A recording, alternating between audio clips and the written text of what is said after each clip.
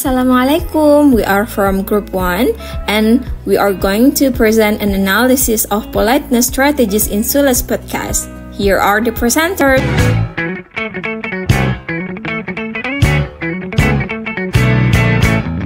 Okay, we are going to talk about the introduction first. Communication can be true from any sources, not only in direct conversation. One of true in communication is social media. The problem in this research is the use of language on social media often do not pay attention to aspect of politeness in language. Social media communication interactions such as YouTube are found the use of language that shows immodesty, especially in commenting. Impoliteness in commenting is manifests in various ways such as commentary sarcasm. Uploaders often do not pay attention to the content delivered when giving comments to the speech partner. It is not uncommon for these comments to hurt the feeling of the speech partner. Furthermore, the speaker, in giving such impoliteness comment, repeat the pros and cons of various parties. Speech can be said to be polite if the speaker doesn't violate the maxim of courtesy. Estiana 2018 revealed the polite or polite speech is reflect to a good understanding at the type of communication. In addition, politeness has a close relationship with the prevailing social norms. This show politeness not only relief to the choice of language but also the norms prevailing in society. Comments that are not polite in social media are released through various ways, including ridiculing, insulting, cornering, and so on.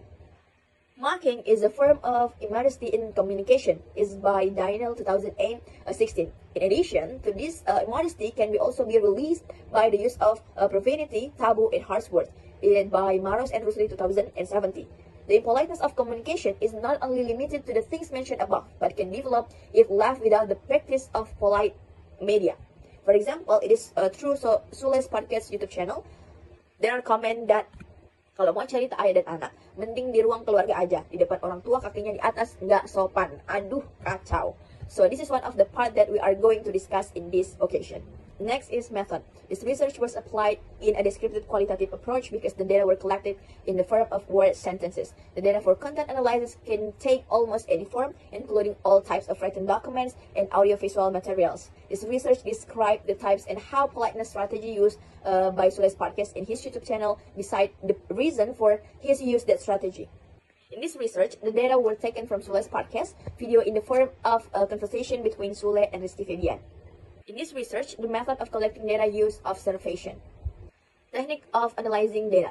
The data analyzed through qualitative analysis. The activities of qualitative analysis consist of data reduction, data display, and conclusion. It is by Sugiono 2010. Data reduction is a form of analysis that sharpens, short focuses, discard, and organize data in such a way that final conclusion can be drawn and verified. Data display. In this session, the whole information that was appropriate in the problem statement is arranged to build the description of the types of politeness strategies used by Sule's podcast. Conclusion, drawing, and verification. In this step, the researcher formulated statement proportionally. The research answered their such question and problem in this research. The researcher made the conclusion to be verified for its credibility. Alright, let me continue in terms of the result and the discussion. Here, I need to mention some of the factors influences of politeness strategy in Sule's podcast video. The first one is bold underscore strategy. The second one is positive politeness, and the third is about negative politeness. But here, I'm just going to explain like both of them. They are bold underscore strategy and the positive politeness. Let's check them out. Alright, here is the bold underscore strategy. This is effortless politeness strategy. Bold underscore utterance can be an instruction or request from the speaker to the hearer. Like what I've just provided here. So let it bold underscore. For example, kalau haus minum aja dulu. If you are thirsty, just drink it first. This utterance can be considered be requesting in bold underscore strategy because so like asking Rizky to drink first if he wants. The second utterance. Okay, banyakin nonton aja. Okay, just watch a lot. These utterances can be as bold underscore strategy because the word okay, just watch a lot to Iki because he wants to be able to speak English and start watch if he wants like that. Alright, let's move into the positive politeness strategy. Is one that used among the interlocutors who have known and been friends for a long time. As a result of which the speakers use informal diction, positive politeness is a strategy that can be used. Maybe it's a jokes or other statement that could keep the relationship going, the speaker and the listener. Alright, here are some points of the positive politeness that I can mention here. The first one is notice or attend to the hearer. I will read some of the utterance that Daddy Sule and his son say in the podcast. The first one is, mungkin saran dari aku sebagai ayah, jangan hilangkan notasi Sundanya, itu karena ciri khas kamunya. So this is very close between the father and the son, so that it is mentioned as the positive politeness, but in the option of notice. Alright, let's move into option B, exaggerate, interest, approval, sympathy with the hearer. For example of the utterance, rame kan? Ini kamu di taman kan, terus ayah turun. Siki di mana? Itu terus kamu lihat sambil meragakan orang kepergok. Langsung sembunyiin, padahal nggak apa-apa. Tapi di sisi lain ayah sih bangga, kamu masih bisa menghargai. Like that. So this is included in the like approval, and I think this is sympathy also. Alright, moving to the next. Intensify interest to hearer. Speeches that make speakers interested in their interlocutors, such as, for example, of the utterance, terus hobi lain apa lagi untuk refreshing gitu, main game. This is included in like the interest of the hearer, that the interlocutors knows about what is the hearer could do, or his interest, like that. Next, we move into the use in-group identity markers. Ya, karena gue punya konsep hidup tuh gini, ya udah kita bro aja gitu. Jadi seorang bapak harus dijadikan sahabat juga. Alright, from this statement we can understand that they are in the family and they are very close each other. So this is we call like included in the positive politeness also. Moving to the next, seek agreement. These utterances can be a repetition from the speakers or asking elliptical questions, as what Sule just utter. Tapi ngerasa berat nggak ketika tiga-tiganya trending gitu? Terus ada beban nggak untuk next projectnya? Pasti ada dong.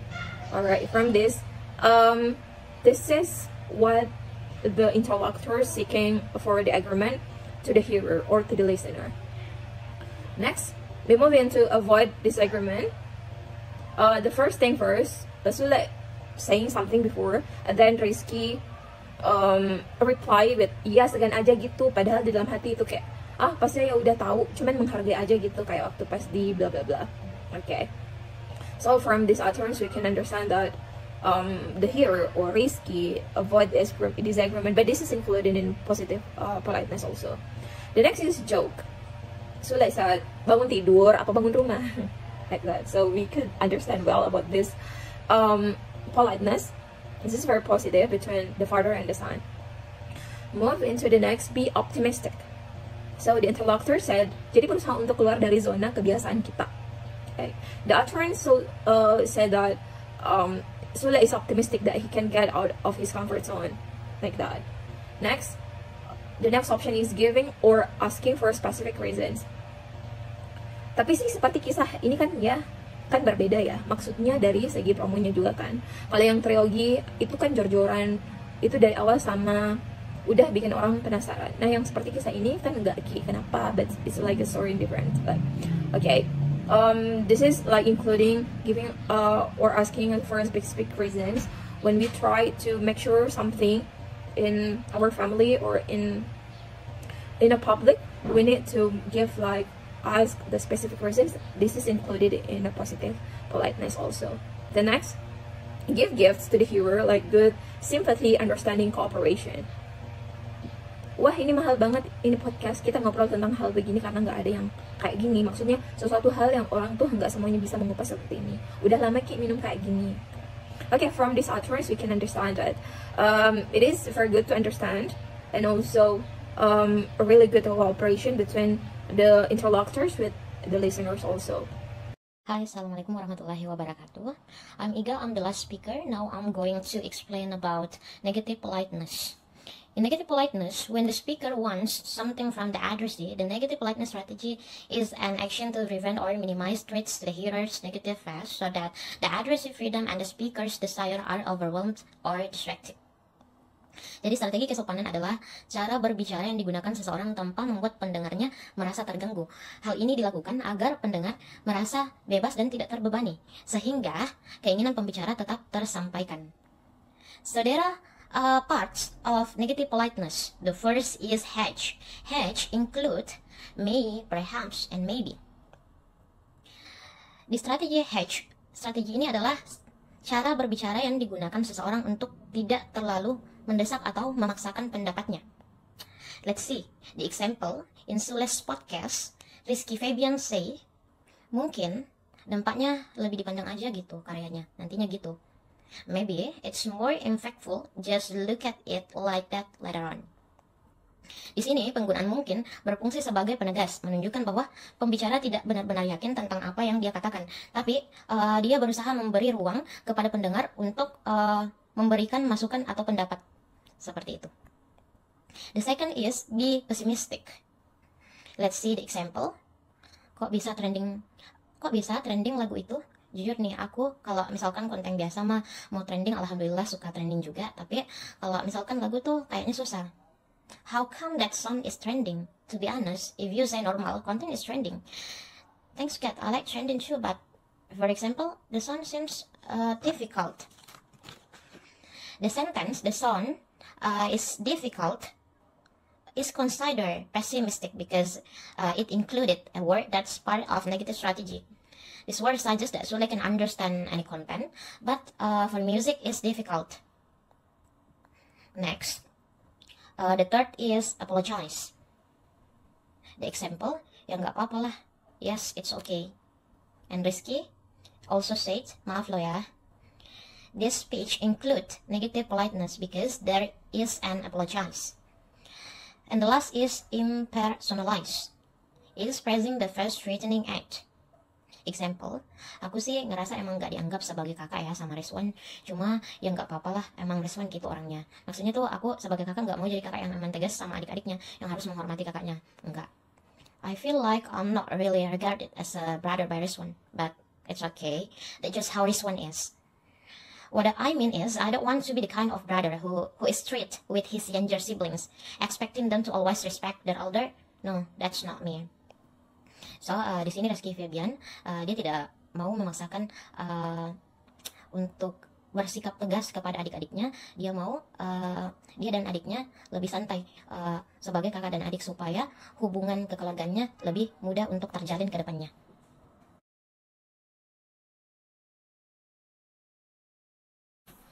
Next is about off-record. Off-record or indirect takes some of the pressure of the speakers. Its utterances are indirect use of language, which precise meaning has to be interpreted. So, off-record artinya pembicara menggunakan cara tidak langsung dalam berbicara, sehingga pesannya harus diinterpretasikan oleh pendengar. So, there are 5 kinds of off-record. The first is presuppose. Presuppose means assuming the listener already knows or agree with what's being said without saying it directly.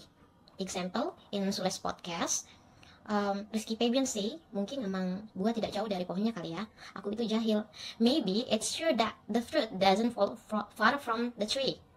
I guess I'm just ignorant. This utterance can be considered as off-record in presuppose, meaning that his behavior is not much different from that of his father. Jadi di sini Rizky Febian mengatakan dia ini jahil karena turunan dari ayahnya. The second is use tautologies. Tautologies is when someone repeats the same thing twice in a sentence without useful information.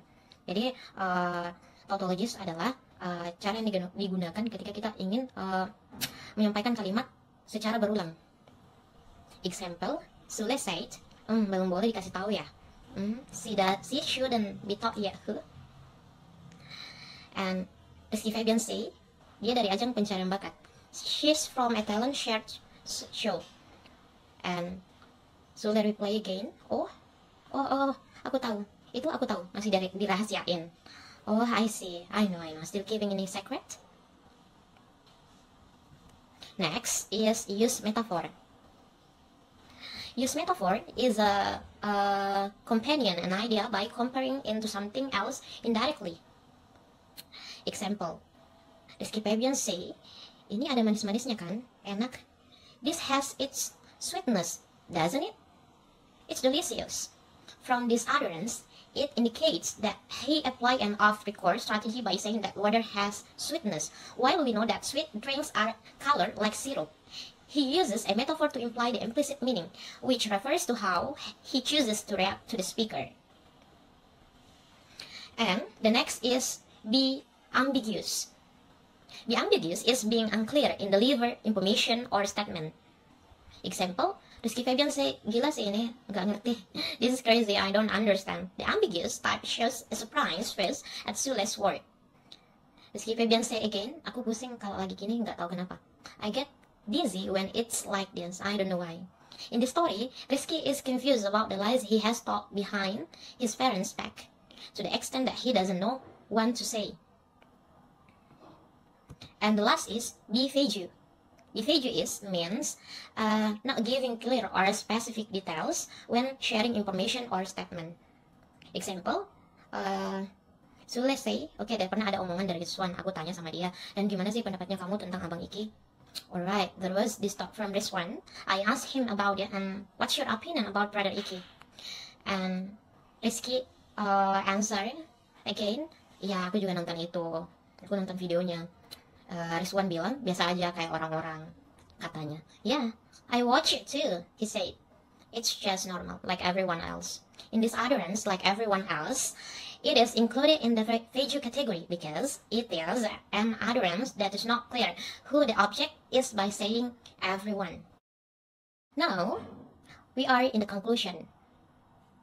From the video, from the Sule podcast interview with Rizky Febian, we employ various politeness strategies. These include strategies like being positive, showing empathy, finding common ground, making jokes, asking questions, and apologizing. Sule tends to use positive politeness strategy more often. There are three main factors influencing Sule's choice of politeness strategy. First, he considers the guest's response and tries to maintain their positive image while avoiding any fast-threatening action. Secondly, the level of intimacy between Sule and the guest, along with situational factors like Sule's authority and humor, play a role in strategy selection. And lastly, Sule evaluates the risk and benefit of each strategy based on the circumstances of the interview. Jadi, di dalam video podcast Sule dan Rizky Febian, meskipun mereka adalah ayah dan anak, tetapi Sule tetap berusaha untuk menggunakan nilai-nilai dan strategi politeness di dalam podcast tersebut. I think that's all from me. Thank you so much for your nice attention. And the last I say, Assalamualaikum warahmatullahi wabarakatuh.